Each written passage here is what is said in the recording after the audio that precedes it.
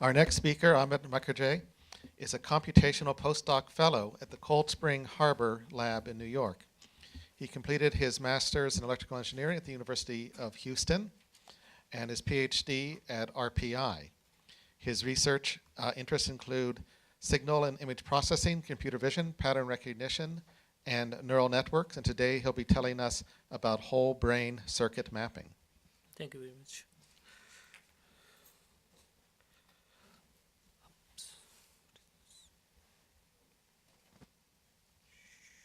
Should I be doing this or not?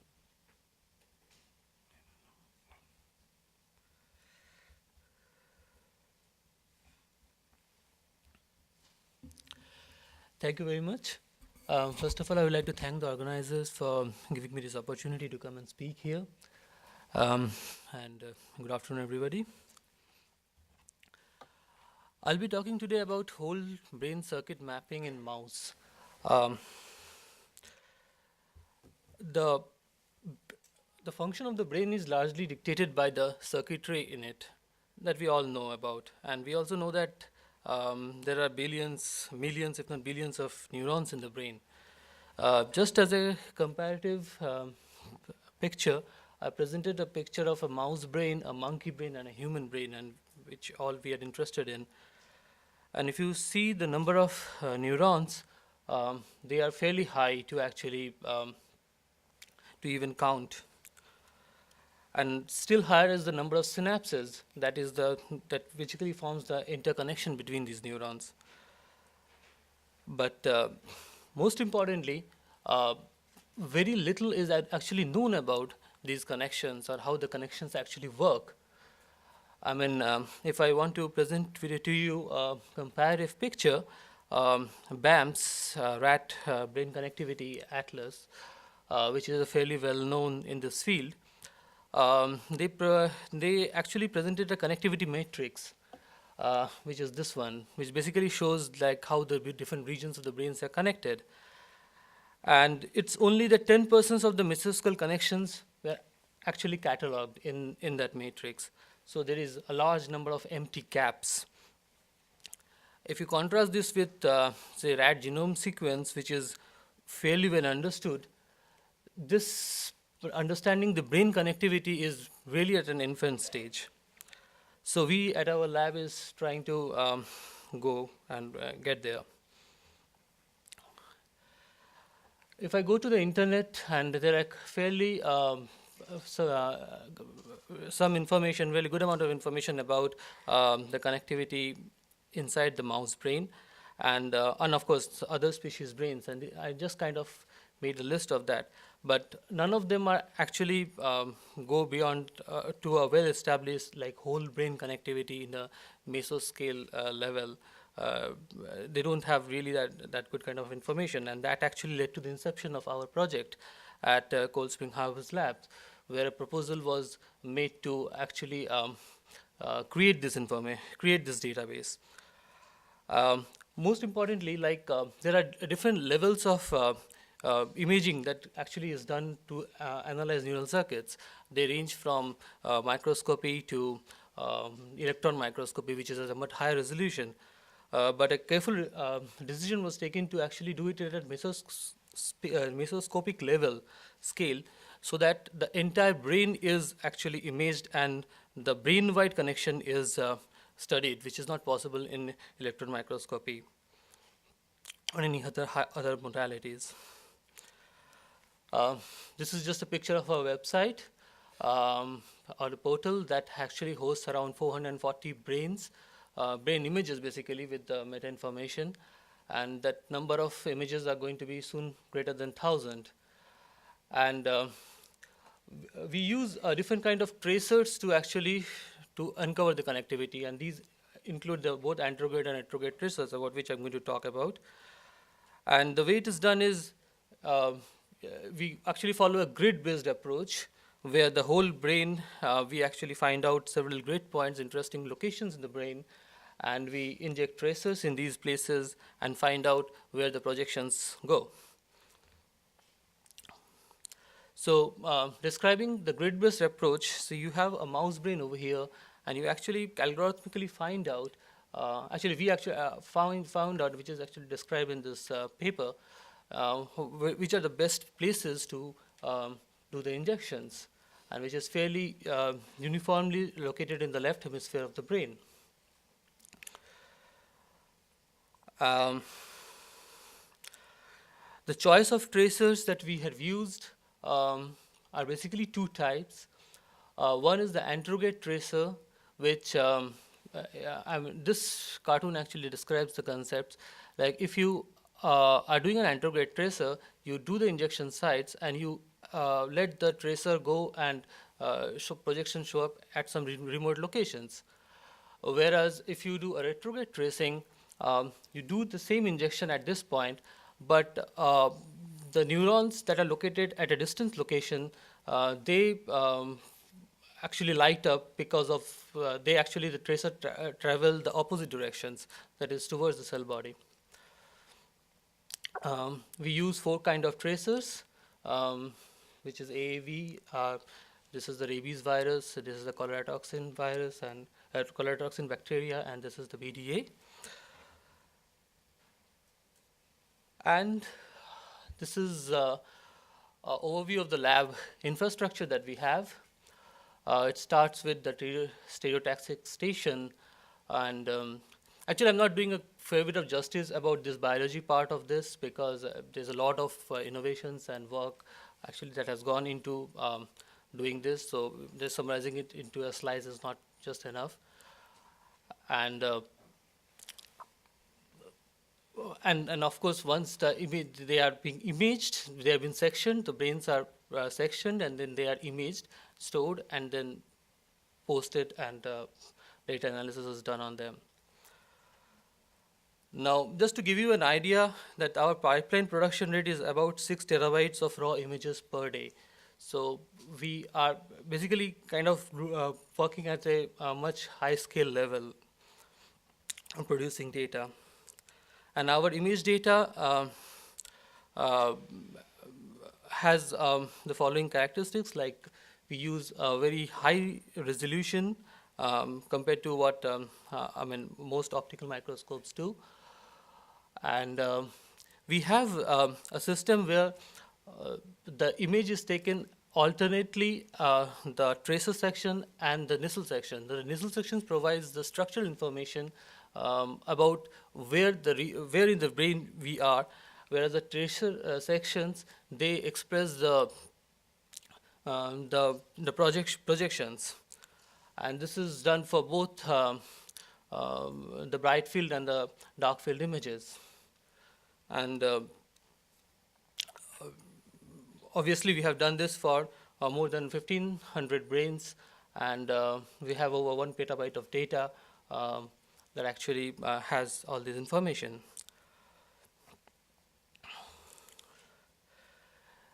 This is kind of gives you an idea of how the data is. So we have, for every brain, we have 2 series. One is the tracer series, another is the Nissl series, and they are kind of stacked like this. And each image is actually a very high resolution image. So this kind of gives you an idea of how what is the resolution at which we are working on, and that's kind of creating so huge amount of data. So same is the story with the fluorescence series, and since they are kind of alternate with each other, so for every region in the brain, we can approximately get both the structural and the functional information. I just want to show you some of the projection patterns that we have observed, and again, we have just started doing the analysis of the data, so we really don't have. I mean, we have a lot of information, but it's not there in my presentation at this point. So one of them is like we use an AAV tracer to do a motor cortex injection, and of course the tracer shows up at SSP projection, which is basically another region of the brain where the projection is shows up. There's another example where we have an injection located at the primary motor cortex, and the projection appears to somewhere in the substantia nigra and the zona incerta. This is another uh, example, basically where the injection is done again at the motor cortex, and we have a long-range projection. Actually, this is a double injection. So basically, the green injection that actually stays is a cortical projection, whereas a red tracer goes further away to very distant part of the brain stem and all. This is the same thing actually shown in 3D.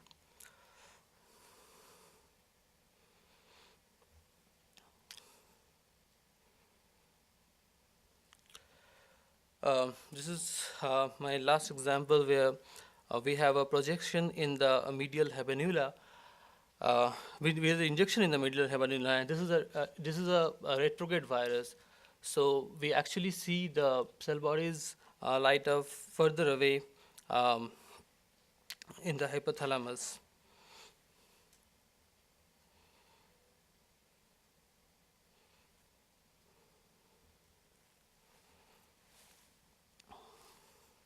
So this is kind of showing where the same thing where the projection is and where the injection was done. Now, the algorithmic challenges for basically curating these kind of data sets can be summarized as follows. In addition to handling the huge size of the data set, the rate at which the data is being produced, and covering the variety of the data set, one important thing is to do some interactive data visualization. And because obviously we cannot open these images in a normal viewer. So we have adopted this JPEG 2000 based highly scalable viewer, which basically can get the data, part of the data over the internet on a very at a definite scale and a definite region, and display it to the viewer, to the user, remotely. Other algorithmic challenges are doing co-registration of the Nissl and the tracer series.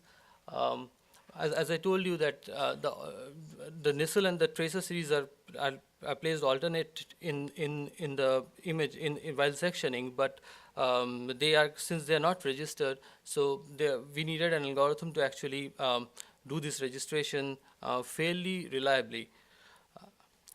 And of course, once this registration is done, next part is to reconstruct the entire 3D stack, and which is basically stitching all the 2D sectional images into a 3D stack, and then establish correspondence between the Nissls and densities, and of course, and related to the atlas.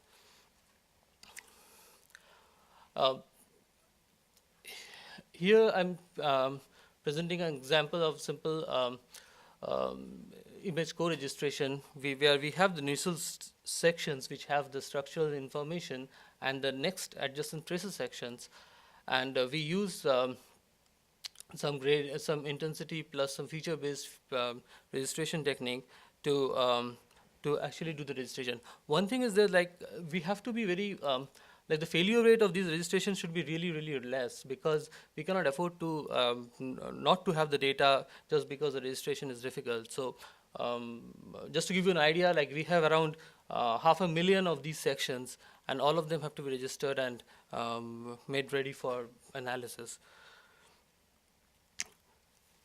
So this checkerboard pattern actually shows you one example where the registration, although there is very little corresponding information, but still we were able to do the registration. Following the creation of this pairwise sections, the next part is basically to do a 3D reconstruction of the entire volume of the brain. And the approach is pretty simple, pretty standard, because again, my priority was to actually minimize the error rates. So I just used the Gaussian mixture-based model-based intensity modeling, and then iteratively use graph cuts to do the segmentation of the of the sections, and then register all the corresponding the nearest adjacent sections together, and keep iterating it a few times to actually when I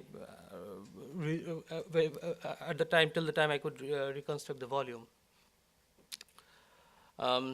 In this approach, basically segmentation is benefited by the shape of the adjacent sections, which have a high degree of correlation, whereas the registration process also benefits because of the masks, because there are a lot of extra tissue.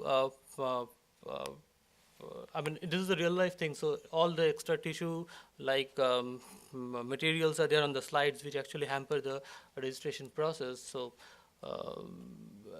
using the segmentation mask actually helps the accuracy of registration to a great extent.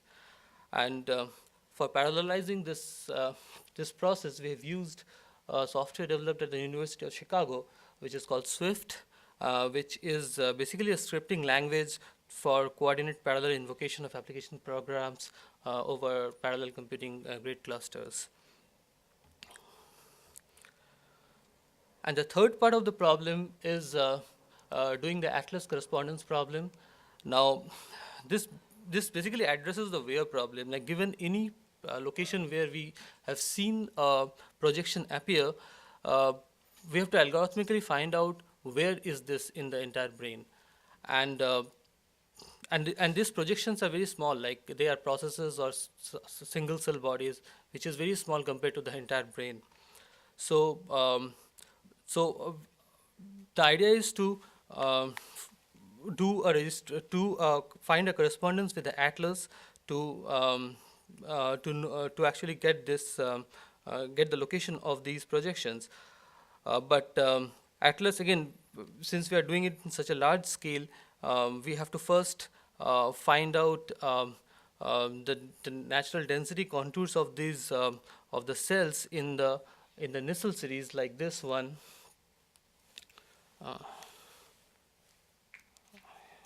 Like the lower left hand side image, and then using these density contour, we actually registered the Nissl in the given cell to the Nissl in the atlas image to actually find out all the regions.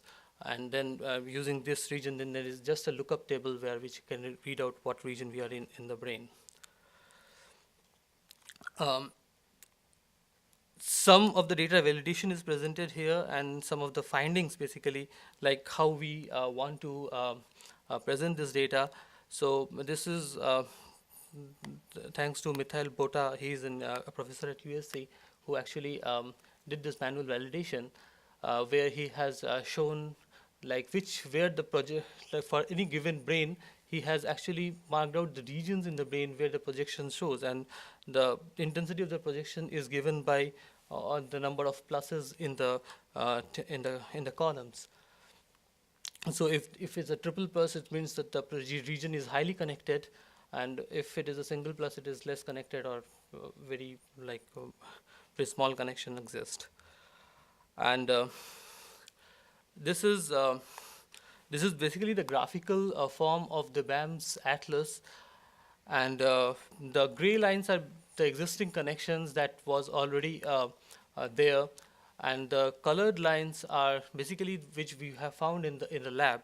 So as I said, that this is like the starting of the data analysis part, and till now we have kind of filled out a number of connections in this graph. So each node in the graph is basically a brain region, and each edge is the connections between the region.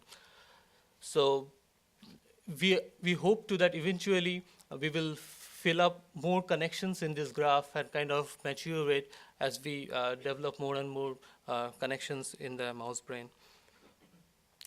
That's it. And here's my lab, my colleagues. We have worked together for this project, and these are the sources of our support. Thank you very much.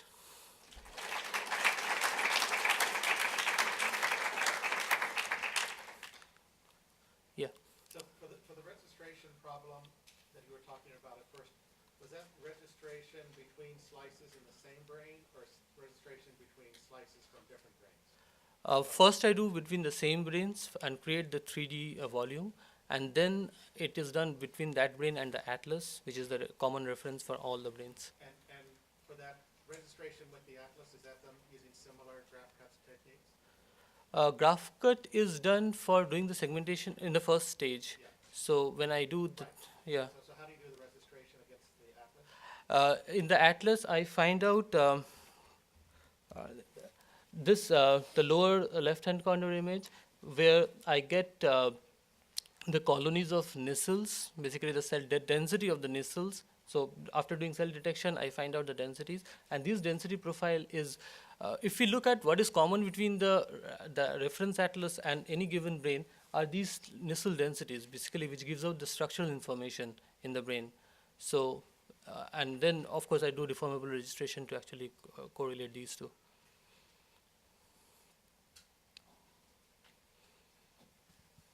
Do we have other questions? If not, let's thank our speaker one more time. Thank you.